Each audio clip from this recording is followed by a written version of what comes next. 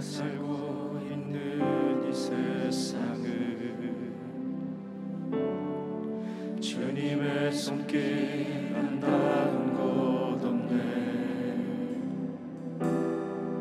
주님의 말씀은 갈망하는 우리에게 하늘의 비밀 알려주시네. 어두운 가운데 있던 이 세상에 빛으로 오신 하나님의 아들, 그의 말씀을 믿는 모든 이들에게 하늘의 영광 비춰주시네.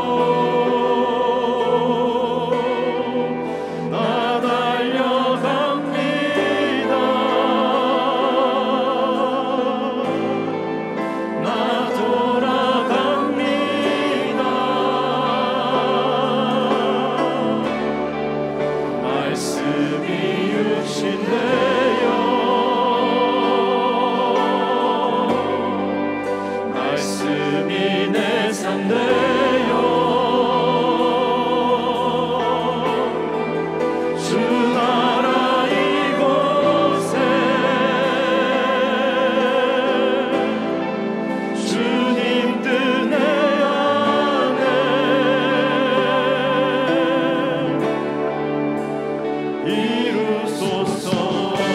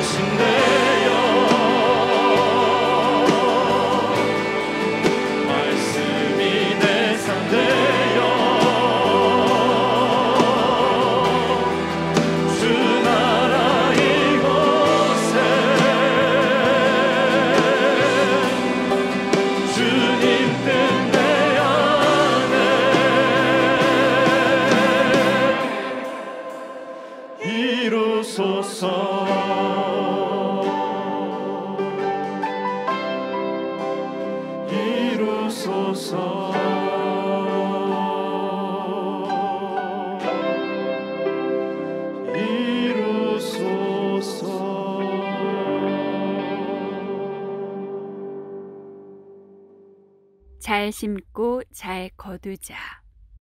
호세아 10장 12절로 15절까지 말씀입니다. 너희가 자기를 위하여 공의를 심고 인애를 거두라. 너희 묵은 땅을 기경하라. 지금이 곧 여호와를 찾을 때니 마침내 여호와께서 오사 공의를 비처럼 너희에게 내리시리라. 너희는 악을 밭가라 죄를 거두고 거짓 열매를 먹었나니 이는 내가 내 길과 내 용사의 많음을 의뢰하였음이라. 그러므로 너희 백성 중에 요란함이 일어나며 내 산성들이 다 무너지되 살만이 전쟁의 날에 베다웨를 무너뜨린 것 같이 될 것이라. 그때에 어머니와 자식이 함께 부서졌도다. 너희의 큰 악으로 말미암아 베델이 이같이 너희에게 행하리니 이스라엘 왕이 새벽에 정령 망하리로다. 아멘. 우리말 속담에 콩 심은 데 콩 나고 팥 심은 데 팥 난다는 말이 있죠. 심은 대로 그른다는 뜻입니다. 이것은 하나님께서 만드신 자연의 원리입니다. 근데 우리가 인생을 살아가는 원리도 마찬가지입니다. 삶을 살아가면서 좋은 것을 심어야 좋은 열매를 맺는 것이지 거짓과 불의를 심으면서 축복의 열매를 기대한다는 것은 있을 수가 없습니다. 거짓을 심었으면 언제인가 그것이 주는 스리선 열매를 맛볼 수밖에 없는 것입니다. 몇 년 전에 미국 변호사협회에서 발행하는 ABA 저널이라는 잡지가 있습니다. 거기에 한국인 변호사 한 사람이 소개가 됐습니다. 31살 난 젊은 분이신데 이 사람은 듀크대를 졸업하고 보스턴 법대를 졸업한 엘리트였습니다. 그런데 이분에 대한 스토리는 부끄럽게도 훌륭한 변호사이기 때문에 다뤄진 것이 아니라 가짜 변호사로 사기를 쳤기 때문에 이 스토리가 다뤄졌습니다. 그 저널에 의하면은 이 사람은 1993년도에 보스턴 법대를 졸업하고 그 해에 매사추세츠 변호사 시험에 응시를 했는데 낙방을 했습니다. 그랬으면 어떻게 하면 될까요? 다시 보면 되는 것입니다. 처음에 합격하는 사람은 그렇게 많지 않습니다. 여러 차례 다들 본다고 그러는데요. 근데 이 사람은 엘리트식 때문에 이 사실이 가족이나 주변 사람들에게 알려지는 것이 두려웠습니다. 그래서 합격했다고 거짓말을 한 것입니다. 이때부터 가짜 행각이 시작이 됐습니다. 그러다 보니까 삶 자체가 들쑥날쑥할 수밖에 없죠. 어떤 법률회사에서는 3주 만에 들통이 나서 쫓겨나기도 하고 어떤 회사에서는 11일 만에 쫓겨나기도 했습니다. 그래서 약 6년 동안 8개 법률회사를 전전하면서 가짜 행사를 해오다가 결국 사기 혐의로 체포가 되어져서 10만 불의 보수금을 책정받고 재판을 기다리고 있다는 그런 스토리였습니다. 왜 이와 같은 불행이 그에게 주어졌을까요? 공부를 못해서 아닙니다. 그는 명문대 출신이었습니다. 그럼 능력이 부족해서 그랬을까요? 그것도 아닙니다. 정말 마음을 잡고 성실히 공부했다면 충분히 합격할 수 있는 사람이었습니다. 그럼 왜 젊고 똑똑한 젊은이가 이런 비참한 모습으로 전락을 한 것일까요? 그것은 한 번 시작한 작은 거짓말 때문이었습니다. 처음에는 별것 아니라고 생각했는지 모르지만 그가 뿌렸던 거짓의 씨앗이 점점 자라나서 결국 파멸의 열매를 먹게 된 것입니다. 이와 같이 거짓을 심으면 거짓의 열매를 먹을 수밖에 없고 불의를 심으면 불의한 열매를 먹을 수밖에 없는 것입니다. 왜냐하면 심은 대로 거두기 때문에 그렇습니다. 그러나 반대로 사랑과 진실의 씨앗을 뿌려온 사람은 언젠가는 빛나고 아름다운 열매를 먹게 될 것입니다. 이런 의미에서 우리 인생이 정말 풍성하고 아름다워지기를 원한다면 바른 것을 심고 바른 것을 거두는 삶의 원리를 배워야 됩니다. 이것이 하나님께서 만드신 자연의 원리이면서 영적 추수의 원리이기 때문에 그렇습니다. 자, 이렇게 말씀을 드리면 혹 반문하는 분들이 계십니다. 목사님, 그건 인과응보 사상 아닙니까? 기독교 사상과 다른데요. 그렇게 말씀하는 분이 계시는데요. 물론 그 질문이 가능하고 충분히 이해를 합니다. 왜냐하면 우리 기독교는 은혜의 종교인데 행한 대로 보응한다는 것이 과연 맞는가라고 질문할 수 있는 것입니다. 그러나 여러분 가만히 잘 생각해 보시면요, 은혜도 추수의 원리를 어긴 것이 아닙니다. 사실은 초월한 것입니다. 하나님은 공의 하나님이시기 때문에 우리가 행한 그대로 갚으시는 것이 하나님의 공입니다. 우리가 지은 죄 그냥 없어지지 않습니다. 어떤 죄든지 한 가지도 예외 없이 반드시 심판받게 되어 있는 것이고, 이 죄에 대한 대가는 사망이라고 성경이 분명히 말씀하고 있습니다. 그런데 어떻게 우리가 죽지 않고 살게 되며 하나님의 자녀로 이렇게 거듭나게 됐을까요? 그것은 우리가 받아야 될 공의의 대가를 누군가가 대신 지불해 주었기 때문에 그런 것입니다. 공의 자체를 폐지시킨 것이 아니라 누군가가 대신 우리가 받을 정죄의 대가를 져주신 것입니다. 그게 누구일까요? 바로 예수님이죠. 만일 하나님의 공의가 분명하지 않다면 십자가 사건이 있을 필요가 없습니다. 이런 면에서 십자가는 하나님의 공의를 철저하게 집행한 장소이면서 동시에 여러분과 저를 구원하기 위한 하나님의 사랑을 담고 있는 장소가 십자가이죠. 이런 측면에서 은혜는 하나님의 원리를 벗어난 것이 아니라 우리의 파격적인 사랑으로 그것을 초월해 주신 것입니다. 그렇기 때문에 갈라디아서 6장 7절과 8절에서 사도 바울은 다음과 같이 기록하고 있습니다. 스스로 속이지 말라. 하나님은 업신여김을 받지 아니하시나니 사람이 무엇으로 심든지 그대로 거두리라. 자기 육체를 위하여 심는 자는 육체로부터 썩어질 것을 거두고 성령을 위하여 심는 자는 성령으로부터 영생을 거두리라고 했습니다. 무엇이든지 심는 대로 거둔다. 이게 바로 하나님이 제정하신 주세의 원리죠. 육체를 위해 심었으면 당연히 썩을 것을 거둘 수밖에 없는 것입니다. 그러나 성령을 위해 심게 되면 성령으로부터 생명의 열매를 거두게 되고 아름다운 열매들을 맺게 되는 것입니다. 이와 같은 것이 하나님이 정하신 영적 추수이기 때문에 이와 같은 사실을 무시하면 안 되는 것입니다. 만일 이와 같은 하나님의 심는 대로 거둔다는 이 원리를 무시하게 되면 어떤 결과가 주어질까요? 두 가지 결과가 주어집니다. 첫째는 스스로 속이게 된다고 성경은 말씀하고 있습니다. 잘못된 것을 심고도 좋은 것을 얻으려고 하기 때문에 결국은 자기가 자기 자신을 속이는 것입니다. 두 번째는 하나님을 업신여기는 것이 된다고 말씀하고 있습니다. 이 갈라디아서 6장에서 업신여긴다, 옛날 성경은 만홀히 여긴다 그랬는데요, 이 말의 뜻은 조롱한다는 뜻입니다. 영어 성경에 mocking, ridicule, make a fool of him, 이와 같은 번역들을 했죠. 그런데 과연 하나님이 조롱받을 분이실까요? 결코 그럴 수가 없습니다. 인간이 아무리 하나님을 업신여기고 자기들 마음대로 무엇을 뿌려도 하나님은 심어진 그대로 거두게 하심으로써 하나님의 심판을 나타내 주시는 것입니다. 이런 의미에서 여러분과 제가 정말 하나님을 바로 안다면 우리 일생 가운데서 바른 것을 심고 바른 것을 거두는 삶을 추구해야 되는 것입니다. 여러분, 우리 크리스찬 삶이라고 하는 것은 일평생 동안 무엇인가를 심는 과정이라고 할 수가 있습니다. 지금까지 여러분은 과연 무엇을 심으며 살아오셨는가요? 바른 것을 심고 거룩한 것을 심으셨는지, 아니면 세상적인 것, 이기적인 욕심을 심으셨는지, 우리가 무엇을 심었느냐에 따라서 우리가 거둘 수 있는 열매가 결정되는 것인데, 우리 남은 생애가 정말 하나님 보시기에 아름다운 생애가 되기를 원한다면 바른 것을 심고 바른 것을 거두어야 되는 것입니다. 과연 여러분과 제가 바른 것을 심고 바른 것을 거두려면 무엇이 필요할지 오늘 주신 본문을 중심으로 함께 정리해 보려고 합니다. 오늘 같이 그 본문에 보시면 하나님을 무시하고 악한 것들을 심어왔기 때문에 패망하게 된 이스라엘 백성을 향한 하나님의 말씀이 기록되어 있습니다. 13절 말씀 보시기 바랍니다. 그들이 무엇을 심었고 무엇을 거두었는지가 13절 이하에 잘 나와 있습니다. 먼저 13절 제가 읽습니다. 너희는 악을 밭가라 죄를 거두고 거짓 열매를 먹었나니 이는 내가 내 길과 내 용사의 많음을 의뢰하였음이라 그랬어요. 여기서 악을 밭간다고 했는데요, 더 정확히 말하면 밭 갈아서 악을 심는다 그런 뜻이에요. 그래서 NIV 성경은 이렇게 번역을 했습니다. You planted wickedness, 악을 플랜트했다. 그리고 reaped evil, 악한 것을 거두었다, 추수했다는 것이죠. 그리고 그 결과 eaten the fruit of deception, 거짓 열매를 너희들이 먹게 되었다, 그렇게 번역을 했습니다. 우리가 악한 것을 심었으면 죄를 거둘 수밖에 없죠. 죄를 거두었으면 그 열매는 거짓일 수밖에 없는 것입니다. 여기서 거짓 열매라고 하는 것은 가짜라는 의미를 가지기도 하고, 실상은 나의 삶을 죽이는 것인데 그것이 좋은 열매인 줄 착각하게 만드는 케이스를 설명하는 것입니다. 이게 오늘 성경이 말하고 있는 스스로 속이는 케이스죠. 이 열매의 내용이 14절과 15절에 조금 더 구체적으로 잘 나열이 되어 있습니다.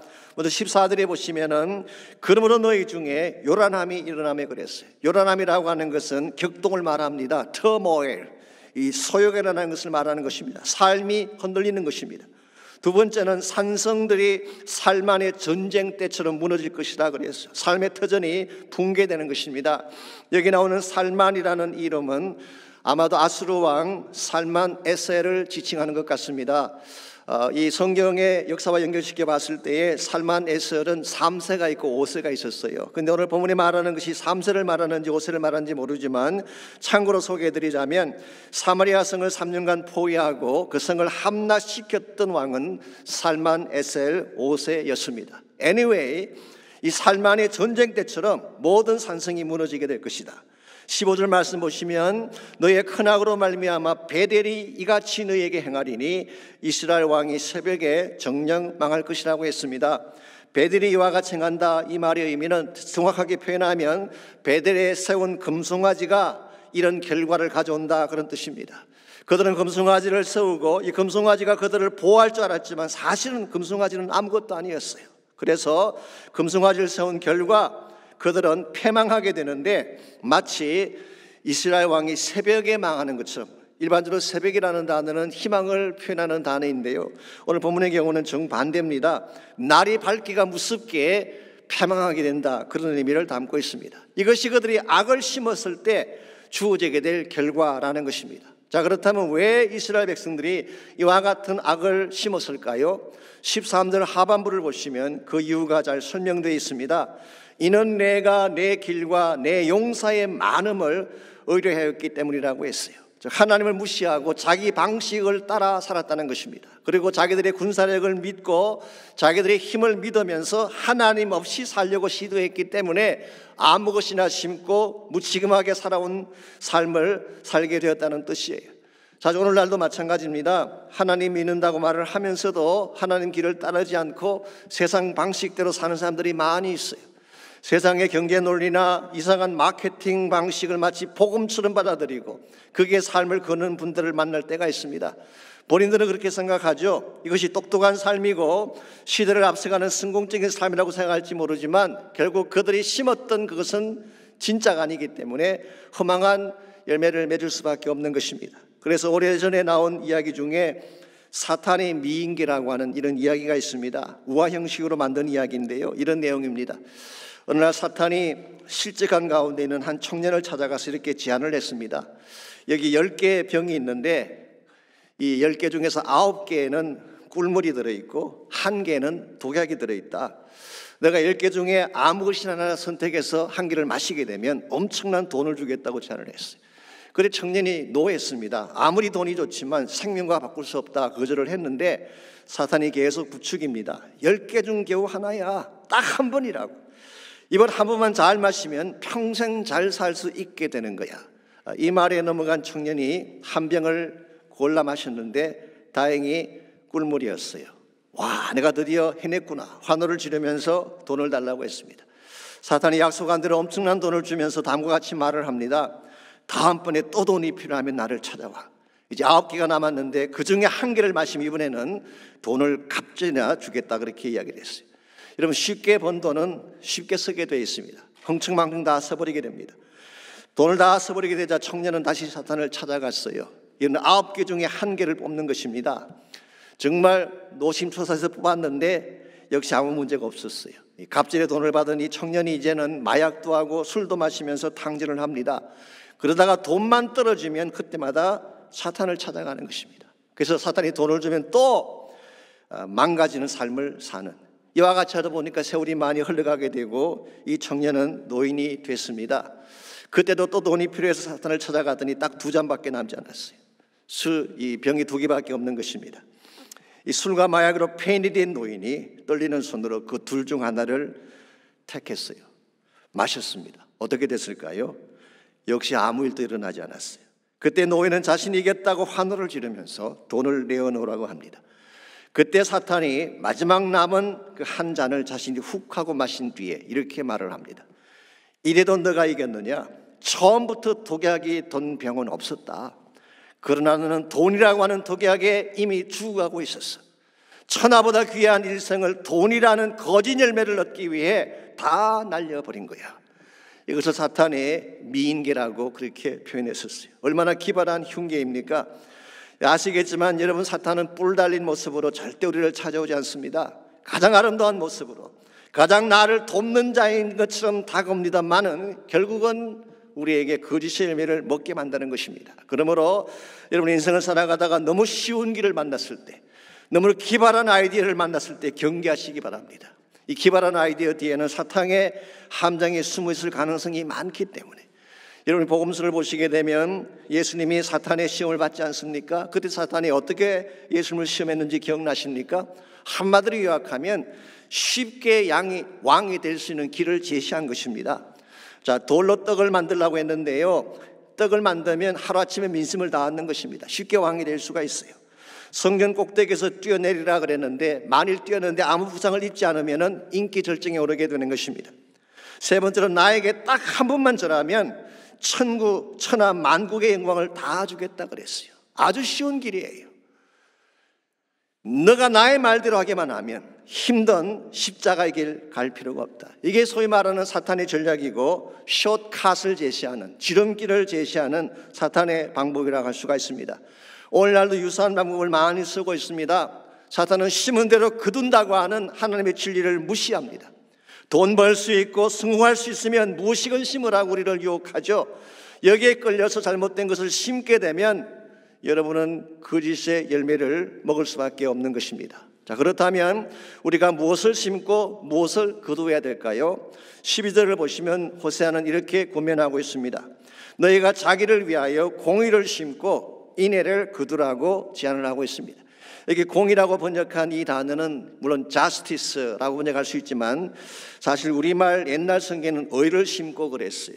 그리고 영어 성경을 쭉 찾아봤더니 다 righteousness, 의라고 번역이 되어 있습니다. 그러므로 사회의 정의를 심으라는 의미보다는 그냥 하나님의 의를 심으라고 보는 것이 옳은 것 같습니다.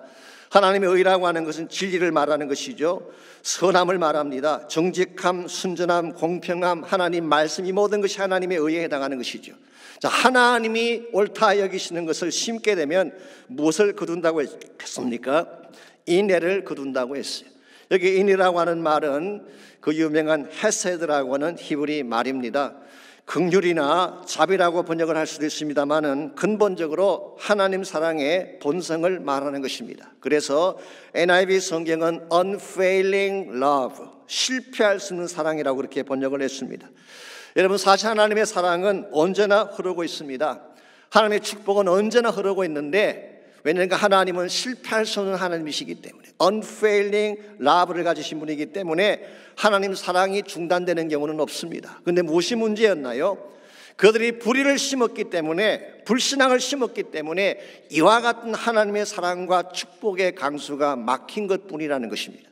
그래서 호세아는 제안합니다. 지금이라도 너희들의 길을 내려놓고 하나님의 의를 심기 시작한다면 축복의 강은 다시 흐를 수 있다. 이것이 오늘 본문의 제안이에요. 전 여기에 이스라엘 백성을 향한 하나님의 은혜가 있다고 생각을 합니다. 너희가 지금까지 잘못된 악을 심어왔지만 이제라도 의의 씨앗을 뿌리라는 것입니다. 말씀에 순종하고 믿음으로 살라는 것입니다. 그러면 하나님이 잃었던 공의도 회복시켜 주시고 긍휼의 열매도 먹게 하시고 애초에 약속하신 영광된 축복도 부어주시겠다는 것입니다. 오늘 여러분과 저의 삶도 마찬가지라고 생각을 합니다. 솔직히 우리 가운데 잘못된 씨를 뿌리지 않고 살아온 사람이 있나요? 누구나 다 잘못된 씨앗을 뿌려왔어요. 누구나 실패했고 실수했습니다. 본의 아니게 악한 씨앗도 뿌려왔고 거짓과 뿌리의 씨앗도 뿌리며 살아왔어요. 심지어는 미움과 증오심의 씨앗을 뿌리며 살아온 케이스도 있을 것입니다. 그러나 지금이라도 하나님께 돌아가서 바른 것을 심기만 한다면 새로운 열매를 맺을 수 있다. 이것이 오늘 호세아가 여러분과 저에게 주시는 도전의 말씀입니다. 그러므로 우리가 지금까지 잘못된 삶을 살아왔을지라도 이제부터라도 의를 심고 하나님의 사랑을 거두기 위해서는 무엇이 필요할까? 우리가 바른 것을 심게 되면 하나님은 지금도 멈췄던 사랑을 다시 부어주시고 닫혀있던 축복의 문을 열어주시는 것입니다. 우리가 어떻게 할 때에 하나님이 기뻐하시는 바른 것을 심고 그 결과 바른 축복의 열매를 맺으며 살아갈 수 있을지, 특별히 12절 말씀을 중심으로 축복의 열매를 거두는 데 꼭 필요한 세 가지 요소를 여러분에게 소개해 드리려고 합니다. 첫 번째로 우리가 축복의 열매를 맺으려면 축복의 근원을 찾아야 됩니다. 축복의 근원을 만나지 아니하면 절대로 축복의 열매를 맺을 수가 없습니다. 참된 축복의 근원이 누구일까요? 결론부터 말씀드리면 하나님 자신이에요. 하나님 만나게 될 때까지는 절대로 복된 열매를 맺을 수가 없습니다. 그래서 12절 말씀을 다시 보시게 되면요, 지금이 곧 여호와를 찾을 때라고 했어요. Now is the time to seek the Lord. 지금이야말로 여호와 하나님을 찾을 때이다. 이 말씀은 하나님에게로 돌아오지 아니하면 참된 축복의 궤도로 돌아올 수 없음을 설명하는 것입니다. 지금까지 설명을 드려왔던 것처럼 이스라엘이 혼란을 겪게 되고 패망하게 된 근본 원인이 무엇이었습니까? 하나님을 떠나갔기 때문에 일어난 현실이었어요. 제가 호세아서를 처음 시작할 때 말씀을 드렸습니다마는 여로보암 2세가 다스릴 때 외형적으로는 이스라엘이 제2의 전성기를 맞이한 것처럼 보였습니다. 군사적으로 막강했죠. 경제적으로 부유했죠. 국토는 거의 솔로몬 시대만큼 확장하지 않았습니까? 무엇 하나 부족함이 없는 것처럼 보였습니다만은 사실은 하나님을 지우고 금송아지를 중심에 두는 그 순간부터 그 내부는 썩어지기 시작하고 부패하기 시작한 것입니다. 그들 마음에는 금송아지가 그들을 보호해 줄 줄 알았지만 이미 설명드린 것처럼 금송아지는 아무것도 아니었어요. 아수르 왕에게 종으로 끌려가서 다 부서지고 폐기되지 않았습니까? 그러므로 참된 축복의 근원은 오직 한 분 하나님밖에 없습니다. 이 하나님을 만나야지 비로소 바른 의미에서 축복을 누릴 수 있게 되고 축복의 강수 속으로 들어갈 수가 있게 되는 것입니다. 제가 언젠가 달라스에서 목회하시는 그 토니 에반스라는 목사님이 계시는데요, 그분이 소스와 리소스의 차이점이 무엇인가를 설명하는 말씀을 들은 적이 있습니다. 소스라고 하는 것은 모든 것의 근원을 말합니다. 오리진을 말하는 것이죠. 리소스라고 하는 것은 근원으로부터 받게 된 자원을 리소스라고 말하는 것입니다. 그래서 소스와 리소스는 다른 것입니다. 예를 들어서 창세기 12장에 보시면은 하나님이 아브라함을 부르신 후에 그에게 복을 주셨죠. 너는 복이 될지라. You will be a blessing. 너 자체가 복이 될 것이다. 땅의 모든 족속이 너로 말미암아 복을 얻을 것이라 그렇게 말씀하셨어요. 여기서 아브라함이 복을 받았는데요, 아브라함 자체가 복을 만든 장본인일까요? 아닙니다. 하나님이 주신 것을 받은 거예요. 그러므로 복의 진정한 근원은 누구입니까? 하나님이에요. 오리진은 하나님이에요. 아브라함이 아닌 것입니다. 그런데 아브라함이 가지고 있는 복이 굉장히 부유해 보이고 아름다워 보이니까 아브라함 자체가 복의 근원인 줄 알고 아브라함을 숭배한다든가 아브라함을 따르게 되면 어떻게 될까요? 그걸 성경은 우상이라고 말하는 것입니다. 참된 축복의 오리진은 하나님인데, 모든 것을 가능케 하신 분은 하나님 자신인데 하나님이 아닌 다른 어떤 대상에게 복을 부탁한다든가 나의 삶을 의지하면 이것을 성경은 우상이라고 말하는 것입니다. 오늘날 이 시대에 하나님 믿는다고 하면서도 하나님이 아닌 다른 것의 복을 구하는 사람들을 많이 볼 수가 있어요.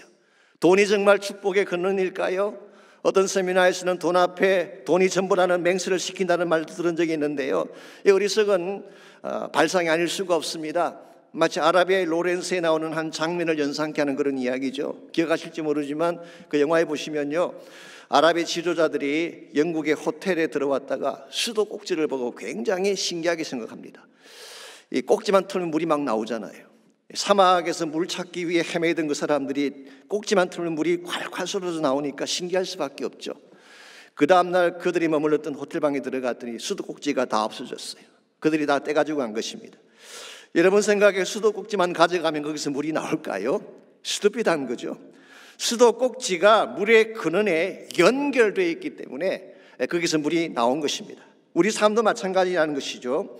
하나님이라고 하는 근원에 연결되지 아니하면 여러분이 아무리 노력하고 해서도 복을 만들어낼 수가 없어요. 그래서 오늘 성경은 Seek the Lord, 여호와를 찾으라고 권면한 것입니다.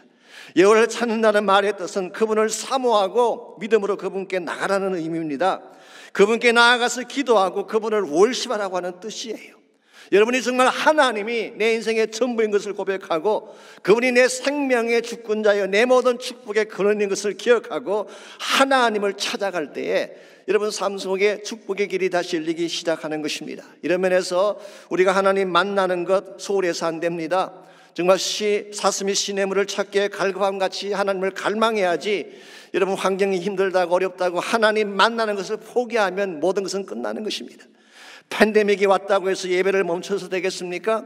팬데믹이 왔다고 해서 기도를 멈춘 채 망연자실한 채 가만히 있으면 문제가 풀리겠습니까? 정말 더 간절한 마음으로 하나님께 나가야 돼요. 그리고 그분의 보좌를 붙잡고 기도할 때에 하나님이 다시 축복의 강수를 흐르게 하시는 것입니다. 이런 면에서 여러분과 제가 진정한 차원에서 축복의 열매를 맛보기를 원한다면 복의 근원이신 하나님을 만나야 되는 것입니다. 두 번째로 마음의 기경을 해야 됩니다. 마음의 기경. 이 마음을 다시 가꾸어서 옥토로 만들어야 된다, 그런 뜻입니다. 여러분 12절 말씀을 계속 보시면요, 축복의 열매를 맺는데 필요한 두 번째 요소를 이렇게 소개하고 있습니다. 너희 묵은 땅을 기경하라 그랬어요. 자, 묵은 땅이라고 하는 것은 어떤 땅을 말할까요? 오랫동안 방치되어 있기 때문에 굳어진 땅을 말하는 것입니다. 잘 가꾸지 않았기 때문에 잡초만 나와 있든지 돌짝으로 가득 찬 밭을 말하는 것입니다. 이와 같은 밭에는 무엇을 뿌려도 식물이 자랄 수가 없습니다. 그래서 이와 같은 땅은 기경해야 되는 것입니다. 기경한다는 말은 break up하라는 것입니다. 깨뜨리라는 거예요. 그래서 땅을 깨뜨리고 흙을 잘게 부수어서 좋은 농토가 되게 해야지, 그게 씨앗을 뿌려야지 성장할 수가 있다는 뜻입니다. 사실 오늘 본문에서 호세아가 이 단어를 쓴 것은요, 그 당시 이스라엘 백성들의 마음 상태를 그렇게 표현한 것입니다. 그들은 오랜 시간 동안 우상을 섬기는 가운데에 그들의 심령이 굳을 대로 굳어져 있었습니다. 아마도 처음에 금송아지 우상 앞에 절을 할 때는 좀 어색하게 생각했을 가능성이 있습니다. 하나님의 백성으로서 이렇게 해도 되나라고 하는 일말의 가책을 느꼈을 가능성도 있죠. 그러나 시간이 흘러가면서 점점 마음이 굳어져 가기 시작했어요. 양심의 가책이 없어집니다. 난잡한 이방 축제를 보면서도 무감각해져서 아무런 문제의식을 느끼지 못하게 된 것입니다. 오히려 그들의 마음 중심에 세상적인 이기심과 탐욕이 들어오기 시작하면서 불신앙으로 변화되어지고 세속화의 마음으로 심령이 굳어져 간 것이죠. 이와 같은 것을 오늘 성경은 묵은 땅이라고 말하고 있습니다.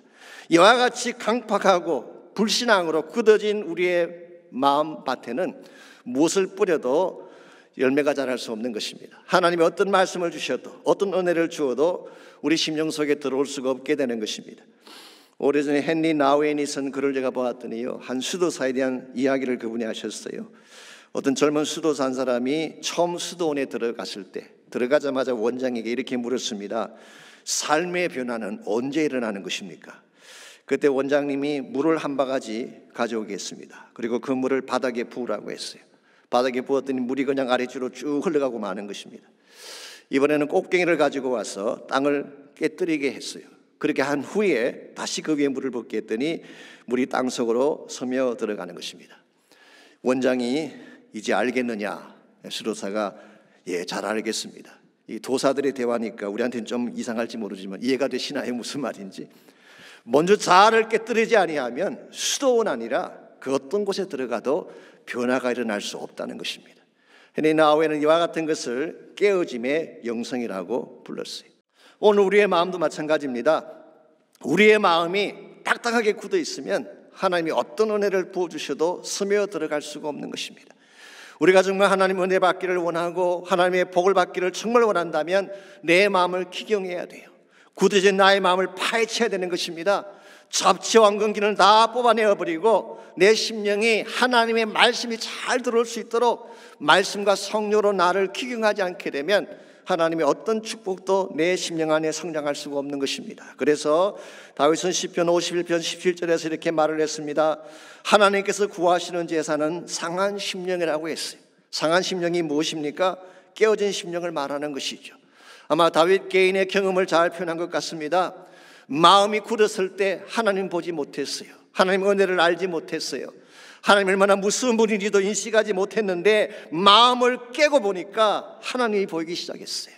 은혜가 보이기 시작했어요. 그때 비로소 하나님의 용서와 치료가 시작된 사실을 강조한 것입니다. 이런 의미에서 여러분과 제가 정말 우리 마음속에 은혜가 성장하고 하나님의 말씀이 성장하기를 소원한다면 먼저 나를 깨뜨리는 훈련을 해야 돼요. 십자가 앞에 나가서 나의 죄를 자복하고 말씀과 성령으로 나의 마음을 기경해야지 우리 심령 가운데 사랑의 열매도 맺히고 기쁨의 열매, 평안의 열매가 가득 차게 되는 것입니다.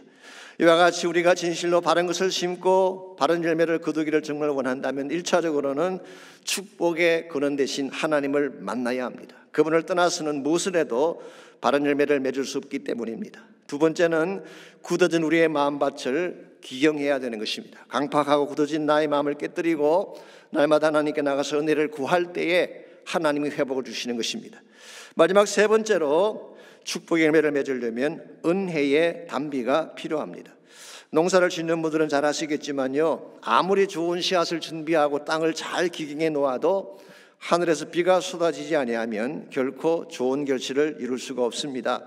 우리 영적 생활도 마찬가지입니다. 그래서 12절 하반부를 보시면 영적 추수를 위한 세 번째 요소를 오늘 성경은 이렇게 소개하고 있습니다. 마침내 여호와께서 오사 공의를 비처럼 너희에게 내리시리라.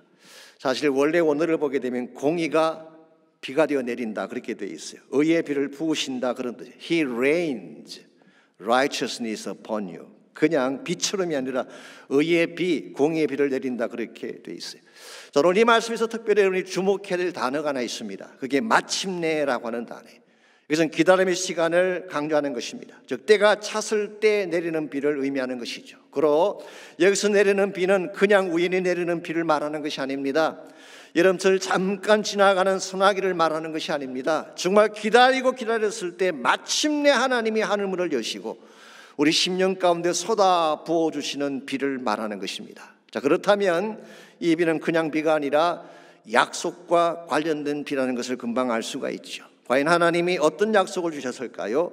사실 비에 대한 약속은 성경에 많이 나오지만 예를 들면 시편 84편 6절에 보게 되면 우리 인생의 눈물 꼴짝을 지나갈 때 부어주시는 이런 비의 축복이 있습니다. 매입이 우리 마음을 적셔주는 비를 의미할 수 있을 것입니다. 혹은 스가랴 10장 1절에 보시게 되면 봄비가 나옵니다. 유다 민족 해방의 날에 부어주실 하나님의 축복을 의미하는 것입니다.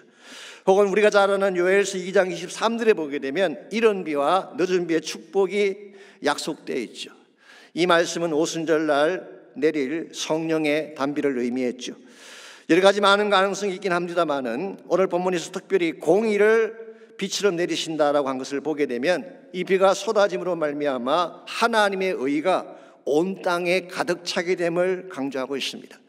모든 사람들이 의를 맛보게 되게 되면 그들 심령 가운데 하나님의 의가 쏟아지게 되는 케이스를 말하는 것입니다. 그렇다면 이 비는 그냥 비가 아니라 우리 심령을 살게 하는 비요, 죄의 사슬에서 우리를 해방시키는 비요, 궁극적으로 하나님 나라의 복음을 일으키는 비. 그렇다면 이 비는 성령의 단비를 의미할 가능성이 많습니다. 여러분, 이 비가 내려야지 메마른 땅의 생기가 다시 시작되는 것입니다. 이 비가 내려야지 복음 운동이 다시 일어나게 되고 물이 바다를 덮음같이 요라는 지식이 온 땅을 덮게 되는 것입니다. 이 비가 쏟아져야지 교회가 교회다워지고 상실했던 복음의 파워가 다시 회복이 되는 거예요. 여러분, 사도행전서를 보시기 바랍니다. 초대교회 부흥의 근본 원인이 어디 있었나요? 초대교회 부흥은 숫자가 일으킨 부흥이 아니었습니다. 왜냐하면 전체 숫자가 기껏해야 120명밖에 되지 않았다고 했어요. 숫자가 일으킨 부흥이 아니었어요. 환경이 일으킨 부흥이었습니까? 그렇지 않습니다. 그들은 극심한 박해 가운데 있었고 언제 관원이 덮칠지 모르는 어둡고 두려운 상황 속에 살았어요. 그러므로 절대로 좋은 환경적 여건이 아니었습니다. 그럼에도 불구하고 이 모든 것을 뚫고 그들은 복음의 깃발을 들었어요. 비결이 무엇일까요? 한마디로 요약하면 기도했을 때 쏟아진 성령의 단비 때문에 그들은 야개를 동안 마가연의 다락방에서 전심을 다해 모여 기도했을 때에 마침내 하나님께서 하늘문을 여시고 약속하신 성령을 단비같이 부어주셨어요. 그 결과 자녀들은 예언을 하게 되고 젊은이들은 환상을 보고 늙은이들은 꿈을 꾸며 열방을 향해 나아가게 된 것입니다. 이거를 성경이 말하고 있는 단비의 성취라고 할 수가 있습니다. 저는 이 시대에 다시 한번 이 은혜의 단비가 쏟아져야 된다고 믿습니다. 그래야 교회가 살 수 있기 때문에, 그래야 죽은 영혼들이 죽기로 돌아올 수 있기 때문에, 이 단비가 쏟아져야 하면 참된 생명의 꽃이 가는 곳마다 일어날 수 있기 때문에, 여러분, 이 시대가 얼마나 교회가 위축되어지고 복음이 위축되어지고 사람들의 그 모습들 앞에 우리가 감히 나서지 못하는 어려운 시기를 통과하고 있습니까? 저는 교회 다시 새로운 동력이 필요하다고 생각해요.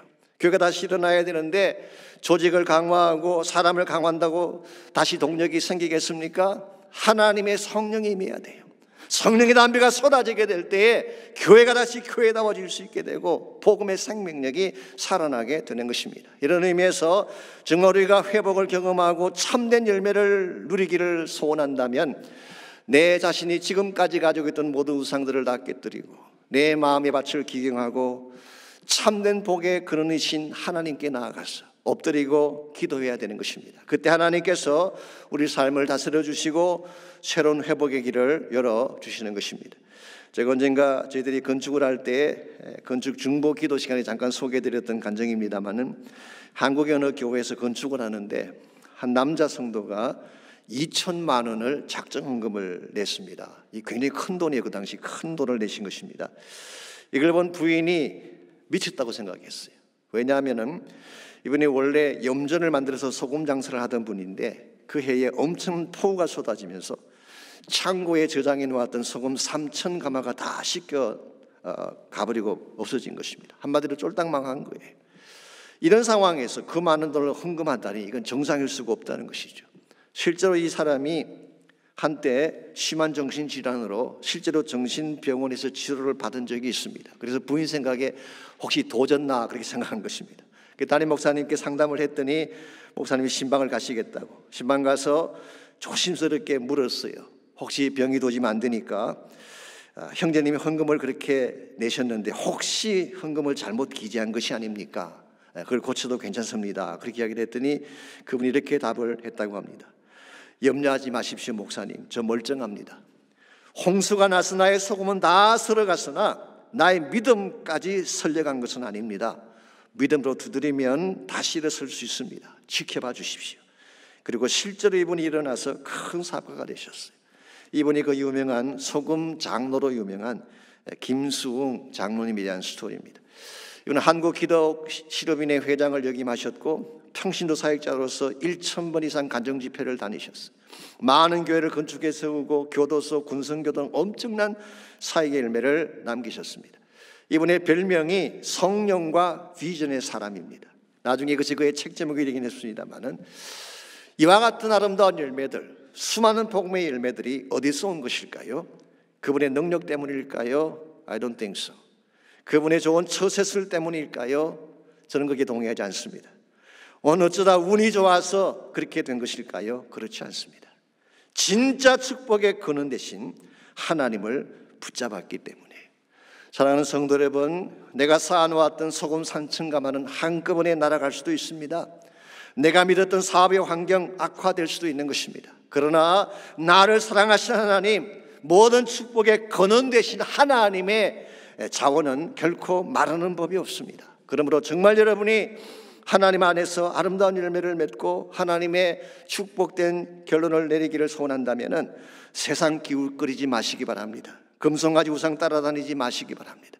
참된 생명과 복의 근원이신 하나님을 만나시고 그분 앞에 전심을 다해 기도하시기를 바랍니다. 그때 하나님께서 여러분의 심령 가운데도 복을 부어주시고 삶의 터전 가운데서도 새로운 축복의 강수를 회복시켜 주시고 한 걸음 더 나아가서 하나님의 교회 속에도 새로운 복음의 운동이 일어나게 하는 것입니다. 오소서 진리의 성령님, 이 땅은 들며 임하소서. 거짓과 탐욕 죄악에 무너진 우리 가슴 정케 하소서.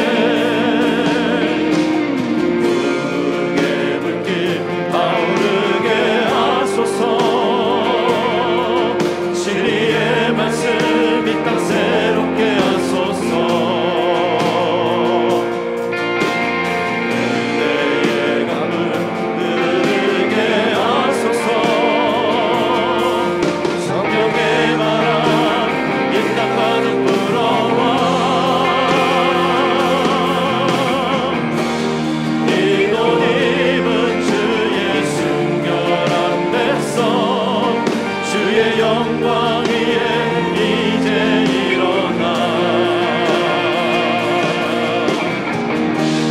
열방을 치유하며 행진하는 영광의 그날을 주소서. 누구의 불길 타오르게 하소서. 진리의 말씀 이 땅 새롭게 하소서. 그대의 강물 흐르게 하소서. 성령의 바람 이 땅 가득 불어와 흰 옷 입은 주의 순결한 백성 주의 영광 위에 이제 일어나 열방을 치유하며 행진하는 영광의 그날을 주소서. 영광 영광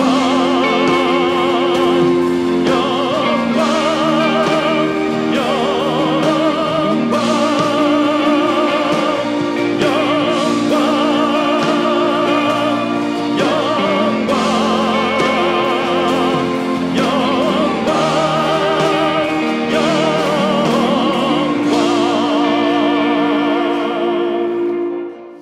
하나님 감사합니다. 오직 하나님 한 분만이 생명의 근원 되시며 모든 축복의 근원 되신다는 사실을 알게 하시니 감사합니다. 세상 바라보지 않게 하시고 금송아지 따라다니지 않도록 우리의 마음을 붙잡아 주시고 우리 심령 가운데 세속적인 가시나 은근키가 쌓이지 아니하도록 하나님 말씀으로 성령으로 우리 심령을 기경하여 주셔서 참 하나님의 사람답게 아름답고 거룩하고 정직하고 주의 영광을 바라보며 달려갈 수 있는 우리 모두가 되게 하여 주시옵소서. 이제는 우리 구주 예수 그리스도의 은혜와 하나님 아버지의 무한하신 사랑과 성령님의 충만한 임재하심이 이 아침 주 앞에 나와 준심을 다해 예배하는 사랑하는 주의 백성 한 분 한 분에게 또 각 가정에서 처소에서 예배드리고 있는 모든 온라인 예배자들 한 분 한 분에게 그들의 가정, 삶의 터전, 자녀들, 자손들 위해 이제로부터 항상 함께해 주시기를 우리 주님 예수님의 이름으로 간절히 축원하옵나이다. 아멘.